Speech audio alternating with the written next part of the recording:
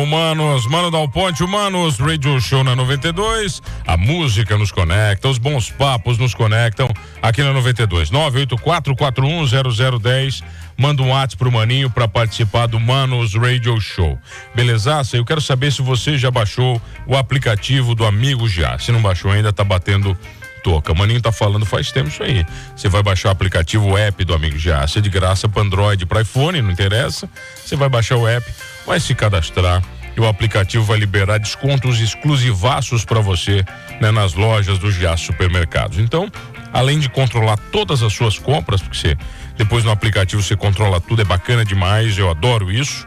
Você sabe quanto comprou, quanto pagou, quantidade que você comprou, isso é muito legal, né, para aquela cara que é mais certinho. O aplicativo ainda libera descontos exclusivos, então tá perdendo tempo, né, cara? Beleza? E o cara que tá aqui comigo com certeza não perde tempo, médico, né? Médico não tem tempo a perder, eu diria. Tenho o prazer de recebê-lo, né? Doutor Eduardo. Tem um Borges no meio ali, tem um Borges também, como é que é? Tem o Medeiros, um Borges ali, prazer, doutor. É isso aí, boa tarde a todos os ouvintes, boa tarde a todos que estão ligados e conectados, é Eduardo Borges de Medeiros. Borges de Medeiros. Por abreviação a gente chama Eduardo Medeiros, né? O primeiro e último, só por tirou o D facilidade. Também? Tá, tirou o D. Doutor, você é neuropediatra, é isso? Isso, neuropediatra, né?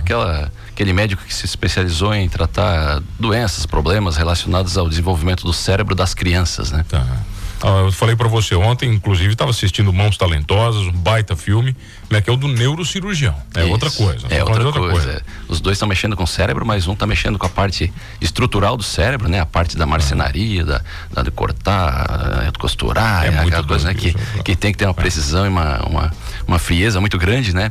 E eu trabalho com a parte clínica, que é muito mais comportamento e doenças, problemas que estão relacionados a tratamentos com medicamentos ou terapias, né? Eu não abro cabeças, não mexo. Nada, não tem... Quer dizer, pelo menos não fisicamente, né? Você abre mentalmente as cabeças. A gente tenta sempre esclarecer para... Mas por que você escolhe as crianças, doutor Eduardo? É mais fácil lidar com uma criança do que com um adulto? Muito mais fácil, muito mais fácil. O pensamento que as pessoas têm, a criança não fala, não diz o que está sentindo. A criança demonstra, a criança é verdadeira. Tu olha para a criança, ela te diz o que está acontecendo com ela. Está estampado, né? O comportamento da criança fala muita coisa, então é só observar.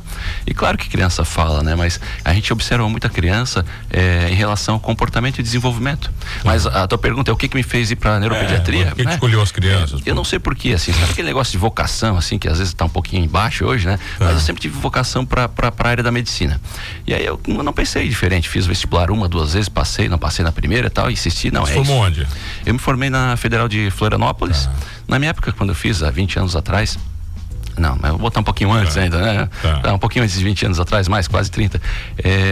Não tinha opção, era só a Federal aqui, Federal do Rio Grande do Sul, Pelotas, não tinha, tava começando a CAF, então passei, tive a sorte de passar na Federal ali de Santa Catarina. Mas Federal que 80 por 1 na época? Era mais ou menos lado, isso, cara, eu lembro que acho que tinha uns 30 mil, fiquei em 43º, assim, sabe? Foi uma sorte grande, assim, sabe? Sorte não, foi estudo, né? Tem que estudar muito, pô. Não, eu confesso, me dediquei. Os meus amigos falavam assim, mas tu não vai sair com a gente no final de semana? Cara, é só um ano. É um ano pra minha vida, assim, tipo, eu vou abdicar de sair na sexta, no sábado à noite pra estudar. Domingo eu descanso. Mas aí depois eu voltei à vida natural, assim, sabe, né? Porque se tu não te abdica, se tu não te dedica a fazer uma coisa que tu tem sonho, que tu quer, né? Tem que trabalhar, tem que focar e, né? E aí assim foi, né? Mas essa progressão natural para neuropediatria veio já no meio da faculdade? Ou... no meio da faculdade eu já tinha um interesse muito grande pela neurologia. Mas eu fiz estágio de tudo que era coisa. Eu fiz estágio de obstetrícia, de cirurgia geral, estágio de ortopedia. Para aprender. Então, quando eu me formei, ainda fui dar plantões aí no interior, eu pegava tudo e me virava, porque eu já tinha feito os estágios, né? E aí quando eu cheguei no final da faculdade, eu já sabia que eu queria neurologia infantil. A neurologia infantil não, algo relacionado à neurologia. E aí na faculdade ainda eu fundei uma liga acadêmica de neurologia e neurocirurgia. Eu e um colega lá, que a gente era meio apaixonado pela neurologia, e a gente fundou essa liga acadêmica. Acho que existe até hoje lá na Federal. Então tinha interesse, só que quando chegou no finalzinho, no último ano da faculdade, eu não sabia, eu quero a neurocirurgia, eu quero a neuroclínica de adulto ou neuropediatria. Aí eu pensei assim, comecei a passar na realidade, o dia a dia de cada especialidade, e aí eu me identifiquei mais com a pediatria, com a neuropediatria, né? E aí me joguei de cabeça, acertei e faço o que eu gosto até hoje. Tá, mas por questão de ignorância, a pergunta, as doenças do cérebro são tratadas por um neuropediatra ou não? Por exemplo, né, a esquizofrenia, e que tem a ver com o psiquiatra, essa relação, como é que funciona isso? Existem duas coisas diferentes, existe o cérebro e a mente, né? A mente é o teu sentimento, aquilo que tu quer, aquilo que te comanda como um ser humano, e o cérebro é aquilo que operacionaliza, né? Então você tem um piloto e uma nave ali para navegar. O cérebro é a nave, o piloto é a mente. Então são mundos distintos. São mundos distintos. Então tudo que é relacionado a comportamento, sentimento, emoções está mais do lado da psiquiatria. Agora aquilo que está relacionado a uma disfunção do equipamento, né? Então, por exemplo, uma criança que tem uma hiperatividade, uma criança que tem uma epilepsia, um autismo, existem disfunções em áreas específicas do cérebro. E aí entra a neurologia. Claro que quando acontece isso envolve comportamento. E aí os dois metem a mão, a psiquiatria, a neurologia infantil acaba metendo a mão, né? Trabalhando um pouquinho de cada. Então não existe uma fronteira bem definida assim entre psiquiatria infantil e neurologia infantil. Doutor, você falou do autismo, né? O espectro autista tá em tanta evidência agora, né? Se fala muito isso. O que tem de evolução, né, concreta sobre... É uma doença, o espectro autista? É uma condição? Eu não sei nem classificar direito isso. Como é que é? Depende do ponto de vista e dos interesses, né? A gente tem crianças e adultos com umas formas muito graves de autismo que a gente pode até considerar como uma doença, com comportamentos muito alterados, agressividade, uso de muitos medicamentos. Mas tem muitos autistas leves que na verdade é só uma maneira de ser, uma maneira de se comportar, né? A gente está falando hoje em fenótipo ampliado de autismo, porque são pessoas que têm características de autismo que não preenchem aqueles critérios que a gente tem para dar o diagnóstico de autismo, mas que têm vida normal. Autistas leves também têm vida normal, se relacionam, vão para a escola, faculdade, trabalham, têm filhos, família e tá tudo certo, né? Aí é só um jeito diferente de ser. A gente ainda está numa indefinição. Hoje a medicina ainda classifica o autismo como um transtorno, mas é bem um transtorno mental. Porém, isso ainda é bem questionável e tem muitos fóruns de discussão sobre reclassificação. Eu acho que nem 10 anos a gente vai estar reclassificando tudo de novo, porque a gente está aprendendo. Mas o cérebro do autista, ele é diferente de um cérebro, entre aspas, normal, né? Eu tenho que cuidar com a colocação do normal, né? A gente fala o típico, então, né? Isso, típico, vai, né? Pronto, bom. Na verdade, em termos de estrutura, a anatomia, se você fizer uma ressonância, uma tomografia, ou até abrir um cérebro de uma pessoa com autismo, ele é exatamente igual ao cérebro de outra criança, outra pessoa qualquer. Algumas vezes ele é um pouquinho maior só, mas isso não é uma regra, né? Então, na anatomia é igual, porém no funcionamento não. Eu costumo dizer que, para explicar com uma facilidade um pouco mais concreta para as famílias que procuram nosso atendimento, que o nosso cérebro é como se fosse um celular que tu comprou, veio na fábrica, tu pegou na loja, tem alguns aplicativos que já vem instalado, já vem funcionando, e tem outros que tu tem que instalar, né? E cada aplicativo que tu instalar, tu vai ter que saber operacionalizar ele. Só que às vezes tu baixa um aplicativo ali na loja ali virtual e ele não funciona. Tu baixou o aplicativo, fez um download, mas na hora que tu vai clicar ali para poder abrir, ele não abre, ele trava, ele não funciona. Então, no cérebro também, a gente tem umas certas áreas do desenvolvimento cerebral que na anatomia tu olha lá, tá certa, mas o funcionamento tá errado, assim, tá meio bugado, como o pessoal diz aí hoje em dia, né? Então, quais são essas áreas? As áreas que estão relacionadas ao interesse, à comunicação, à interação com as pessoas. Porque nós somos seres humanos, né? E o ser humano é um ser social por natureza. Isso já vem implícito no nosso DNA, na nossa espécie de ser humano. Nós nascemos para nos relacionarmos uns com os outros. Se desenvolvemos por isso, né? Um relacionamento social. Então ninguém ensina uma pessoa a interagir com outra. Essa interação já vem natural, espontânea no bebê que nasce. A mãe coloca a amamentar, ele já olha para a mãe com aquele olhar, a mãe se derrete toda. 2 meses a criança já começa a largar um sorriso. Ela não tem capacidade neurológica de ter um aprendizado para sorrir, mas o cérebro já tem o aplicativo lá do sorriso social funcionando, que já vem instalado. Começa a funcionar, o download dele termina ali por volta de 2, 3 meses de idade, ele começa a funcionar sozinho. Né? Então, por que uma criança senta, engatinha, caminha? Tem o estímulo? Tem o estímulo, mas é porque os aplicativos já estão instalados no cérebro. Ele só tem que terminar de concluir o download para funcionar na época correta. Então, nosso cérebro tem tempos corretos de adquirir as habilidades. E nos autistas, as habilidades sociais, né, de interação, comunicação, que é olhar no olho, olhar quando a gente chama e a pessoa, quando chama a pessoa pelo nome, ela te atende, observar o que acontece ao redor, imitar as pessoas, não é porque a gente imita, a gente olha, entra no ambiente, tem uma balada, tu já chega lá, já chega meio que agitando. O que a gente chama de neurônio espelho, ou rapó, essa história toda. É isso aí, exatamente. Isso é interação social. Isso é interação social, você observa o que os outros estão fazendo e você reproduz aquele comportamento para você se identificar com aquele grupo. E no autista, essas características de interação social, elas estão com falhas. Podem ser falhas muito pequenas e sutis, mas podem ser falhas gravíssimas, né? Aí por isso que entrou aquele termo espectro autista, né? O espectro é uma variabilidade de sintomas, né? O espectro das cores vai do vermelho ao violeta, né? O espectro do cinza vai desde um cinza muito claro a um cinza muito escuro. Um cinza muito claro é cinza, não é branco. Um cinza muito escuro é cinza escuro, não é preto, né? Então, espectro é essa tonalidade, essa gradação de qualquer coisa. Variações. E no autismo também tem variações, né? Mas agora, qual é o caso mais comum que chega ao teu consultório aqui na região? Por exemplo, é falha de desenvolvimento, criança que não se desenvolve? O que realmente todos os dias você se depara? É um páreo duro ali, ó, entre dificuldade de aprendizagem escolar e autismo. É mesmo, cara? Os dois, doutor? É o carro-chefe, assim. 90% do que eu vejo no consultório, nas clínicas onde eu trabalho em vários lugares, é dificuldade de aprendizagem escolar e autismo. Mas essa dificuldade é relacionada ao quê? Existem várias condições, né? Porque para eu poder aprender, eu preciso de um cérebro bom, funcionante, com uma capacidade intelectual preservada. E tem pessoas que têm uma capacidade intelectual preservada, mas não conseguem prestar atenção. Viajam, dispersam, pensamento voa, vai longe. Eu tenho um aqui, tem um do meu lado, eu tenho um aqui pertinho. A gente vai ver quem é, os 6% da população tem isso, mais ou menos. Tem um aqui do lado, do meu lado. E aí você pede uma coisa, esquece, oi, como é que era? Não, aquilo lá que eu te falei, falou, tá. E aí isso atrapalha, né? Porque você vai poder aprender na escola, você tem que se concentrar, sentar e estudar uma matéria, fazer uma tarefa, você tem que se concentrar. E imagina que se você vai sentar para estudar para uma prova, a cada 2 minutos você levanta, faz alguma coisa, esquece, dispersa, viaja, vai ler um livro na sala de aula, não copia, não consegue. Né? Isso aí está relacionado a uma área do cérebro que é a responsável pela concentração. E aí entram aquelas siglas de transtorno do déficit de atenção, TDAH, hiperatividade, né? Porque uma criança ser agitada é comum. É normal, né? Uma criança de 2, 3 aninhos ser agitada, 4, né? Quebrar tudo. Quebrar tudo, trepar nos móveis dentro de casa, né? Só que essa agitação em excesso demais, às vezes prejudica. Hoje mesmo, ontem à tarde eu atendi um casal que veio lá de Florianópolis. Eles disseram, doutor, me atende que eu não aguento mais meu filho. Imagina para um pai, para uma mãe dizer que não aguenta mais o meu filho, o seu filho, porque ele era muito agitado. Já levei aqui, já levei lá e tal, né? E aí eu disse, não, vamos lá, isso aqui é assim, assado, tem tratamento, se acalma, vai ficar melhor. Calma, não joga a criança fora. Não vamos trocar, né? É que tem situações em que a escola geralmente reclama, né? Quando os comportamentos estão muito disfuncionais.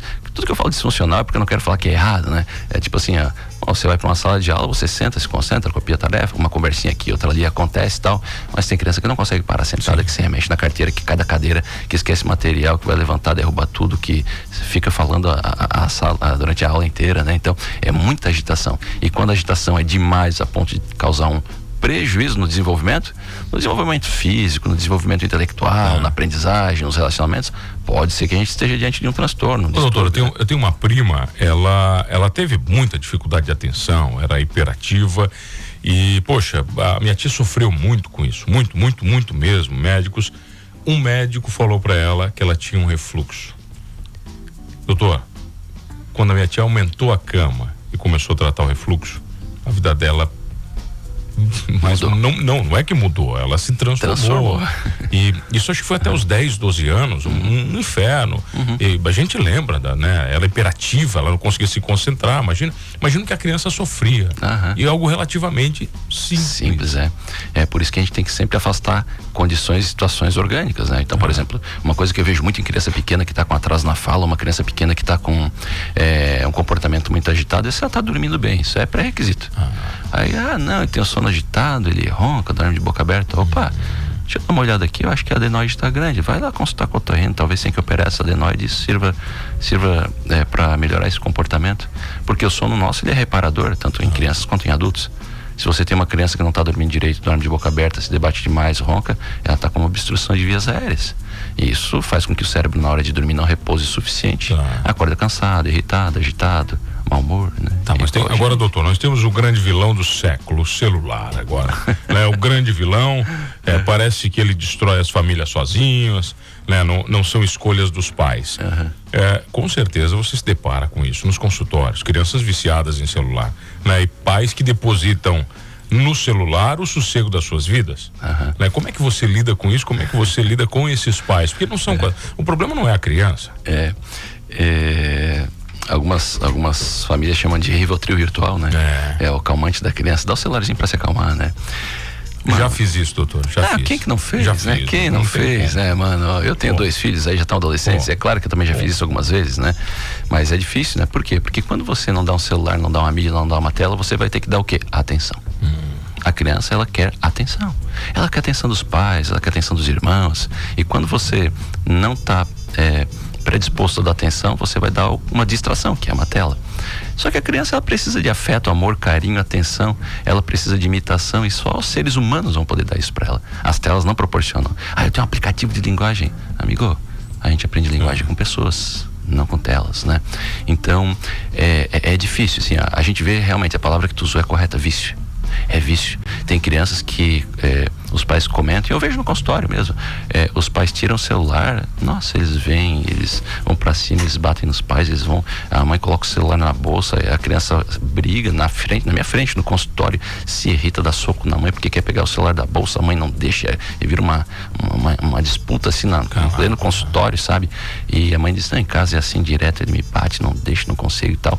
É porque já teve alguns estudos que mostraram que o uso abusivo de celular, principalmente de mídias e streaming, eles acabam gerando uma dependência química no cérebro, igual cocaína, heroína, crack. Ou seja, vício, né? A pessoa está viciada e ela tem abstinência, né? Tem abstinência. Inevitavelmente. Abstinência tal qual qualquer uma droga dessas ilícitas.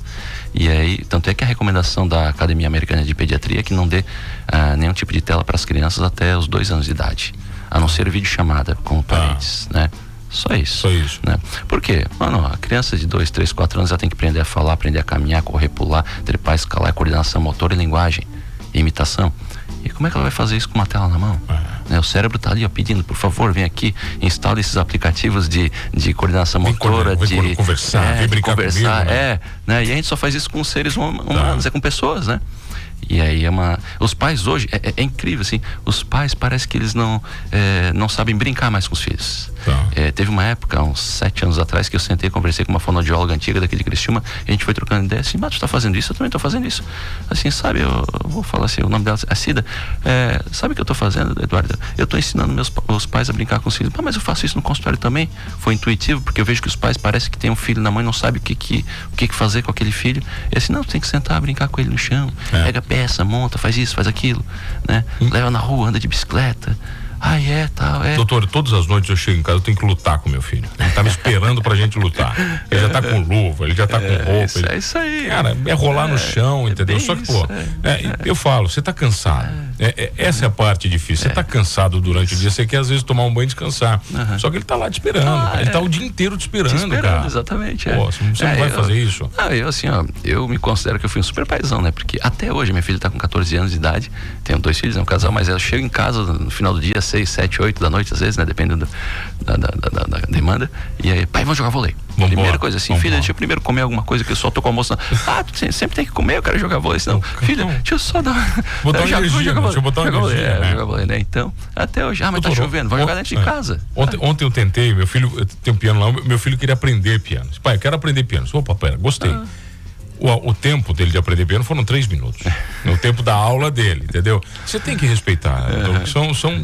São interações, são fases, interesses, e a criança muda de interesse muito rápido, né? E eu ainda fiquei bravo. Você tá aqui, como ele tem 4 anos, como é que eu senta aqui e aprende? Não é assim. Não, assim, eu tenho um filho de 13 anos que ele entrou nas aulas de piano aí em 2019, depois parou na pandemia, agora ele tá interessado em voltar e tá ensaiando em casa, tem um piano lá.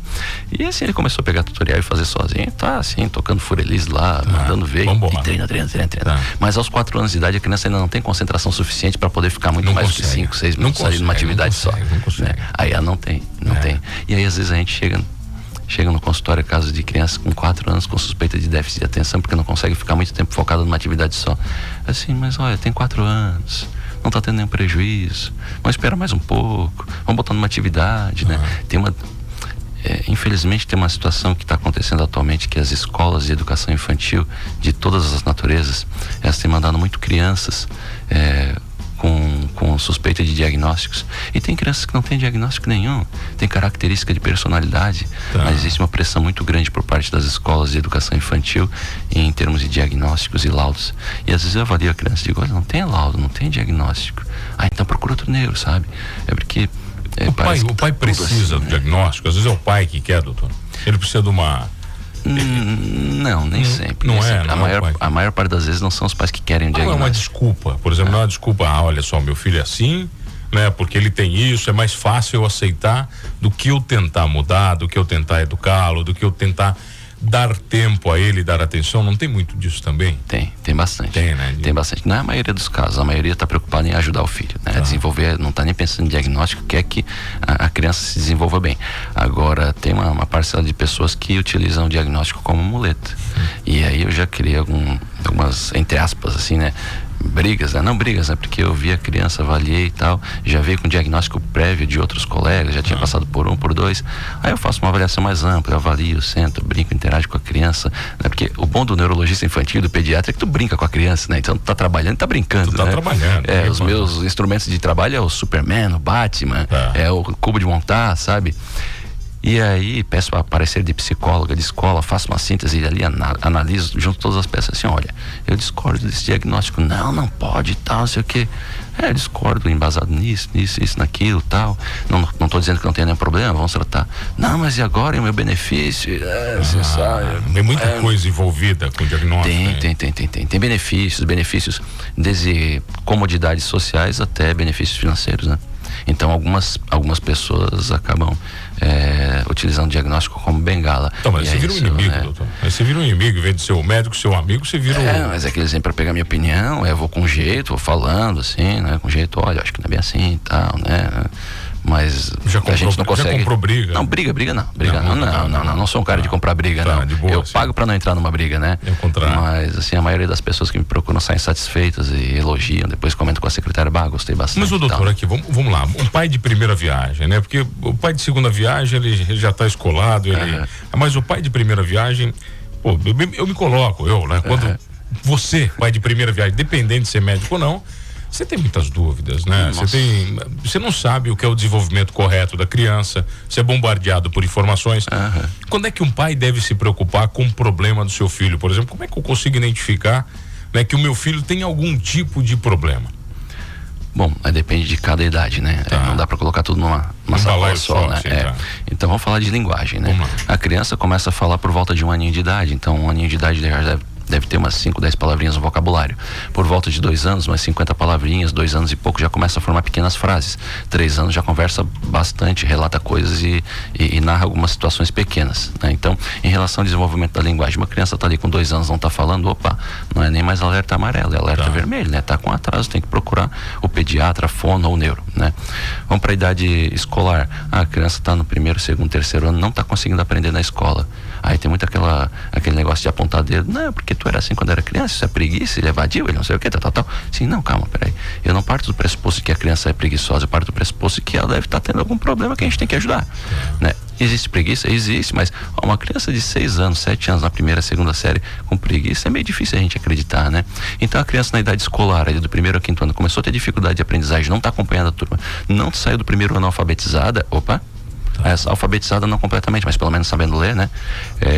Aí já é um sinal de alerta. Então, não está conseguindo acompanhar a turma na escola, tem problemas no desenvolvimento da linguagem ou comportamentos muito disfuncionais, crianças que brigam, que batem, que agridem, que respondem, que se envolvem em confusões e conflitos frequentemente com pessoas em casa, fora de casa, na escola. Também é um alerta para fazer uma avaliação psicológica ou neurológica em relação ao comportamento. A falta de educação, doutor, entra onde no meio disso tudo? Porque tem criança mal educada. Tem. Mas aí a culpa não era a criança, doutor? Nunca era criança. Não é. Mas a gente identifica, né? Identifica, por exemplo, eu gosto muito dos exemplos porque eles ilustram, né? A gente traz pro concreto, né? Existe muita criança sem limite. Muita criança sem limite. Às vezes não é nem por culpa dos pais. Os pais às vezes não sabem como fazer, né? O primeiro filho não sabe como tratar, né? Só pegar um parênteses aqui, né? O primeiro filho é de cristal, né? Que preserva e tal, né? Tem uma piadinha que falava assim que o primeiro filho engoliu uma moeda, corre no hospital, vai pro pronto-socorro, pede endoscopia, fica lá internado 1, 2, 3 dias, fez endoscopia, não conseguiu tirar, saiu por baixo, ok. Segundo filho, engoliu uma moeda. Espera sair. Terceiro filho, engoliu uma moeda, desconta da mesada, né, cara? Esse é o nível de estresse que se tem com o primeiro filhos, de cristal, né? O segundo de plástico, o terceiro de borracha. Mais ou menos. E o quarto, assim, tipo, oi, quem é mesmo, né? Não sabe nem o nome do quarto. O terceiro tu já vê que não sabe, né? Mas aí tem muita dificuldade de imposição de limites, né? Tem pais que, por muito amar os filhos, acabam fazendo todas as vontades, dá comida na boca até os 4, 5 anos de idade, corta alimento com 6, 7 anos de idade, deixa dormir na sua cama, né? Acaba invertendo a autoridade. Por exemplo, anteontem eu fui fazer um atendimento de uma criança que veio lá de Laguna, aí ela, na hora que foi entrar no consultório que eu chamei, o pai e a mãe levantaram, o menino de 7 anos olhou pro pai, tu fica aí, apontou o dedo. Aí o pai baixou a guarda e sentou. Aí assim, oi, boa tarde, tá, assim, como fazia tempo que eu não via ele, assim, ele é o pai, né, fazia um ano que eu não via, perguntei pra mãe, ele é o pai, né, o pai, então, seu fulano, por favor, vem aqui com a gente, não basta ser pai, tem que participar, entra aí, vamos lá, né, e aí depois, durante a consulta, eu fui vendo os hábitos e as rotinas da casa, né, eles tinham um déspota dentro de casa, né, e a família acovardava, né, tem muitos pais com, uma palavra forte, mas muitos pais covardes que não sabem se impor com os filhos, porque uma família tem que ter hierarquia, tem que ter disciplina. Eu não estou falando de autoritarismo, não estou falando de grosseria, agressividade, não, mas impor. Os pais tomam as decisões maiores, os filhos podem participar de decisões menores, isso é saudável e é necessário. Agora, às vezes eu vejo pais que submetem uma pressão de decisão, de coisas maiores nas costas de uma criança de 6, 7 anos, né? Então, a criança de 6, 7 anos manda e desmanda, diz o que vão fazer. Por exemplo, eu vou trocar de casa, quem vai tomar essa decisão é pai e mãe, né?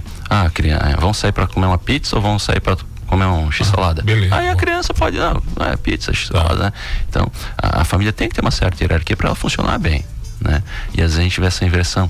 E aí, claro, né? A gente sabe que essas crianças que crescem sem limites, que existe muita disfuncionalidade dentro de casa, na adolescência, 3 a 4 vezes risco maior de entrar nas drogas, entrar na criminalidade, na vida ilícita, né? Então, existe esse risco. E a gente identifica como, ele dorme na minha cama, o pai dorme na cama do quarto, e esse aqui, ele vai dormir à meia-noite, 1 hora, porque ele fica no tablet, ninguém consegue tirar o tablet dele, aí na hora de acordar de manhã para ir para a escola, ele não levanta, e já começa a ver que tem toda uma disfunção familiar.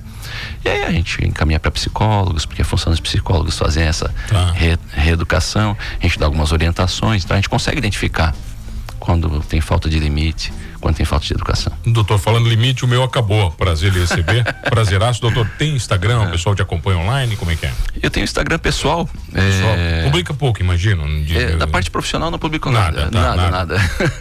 Eu não estou muito conectado nas mídias, não. Mas o pessoal te encontra onde? Você trabalha em vários lugares? Eu trabalho em 7 lugares, mas... Daí complicou também. Mas aqui em Criciúma é meu carro-chefe. Eu trabalho no meu consultório. Meu consultório fica localizado no edifício São Lucas, 3º andar. É uma clínica chamada Neurocentro, que eu divido com a minha irmã, que é neurologista também. Doutor, prazeraço te receber. Prazer é nosso. Obrigado, doutor Eduardo Borges de Medeiros, é isso? De Medeiros. Eduardo Medeiros, né, que é o mais fácil. Neuropediatra, num papo bacana aqui, esclarecedor. Vou mandar pra muita gente esse papo, doutor. Você não tem noção. Vou mandar pra muita gente. Tem uns 2 amigos aí que vai dar briga. Obrigado, doutor. Obrigado a você que tá comigo todas as tardes aqui no Humanos Radio Show. E não esqueça de uma coisa: neste programa somos todos humanos.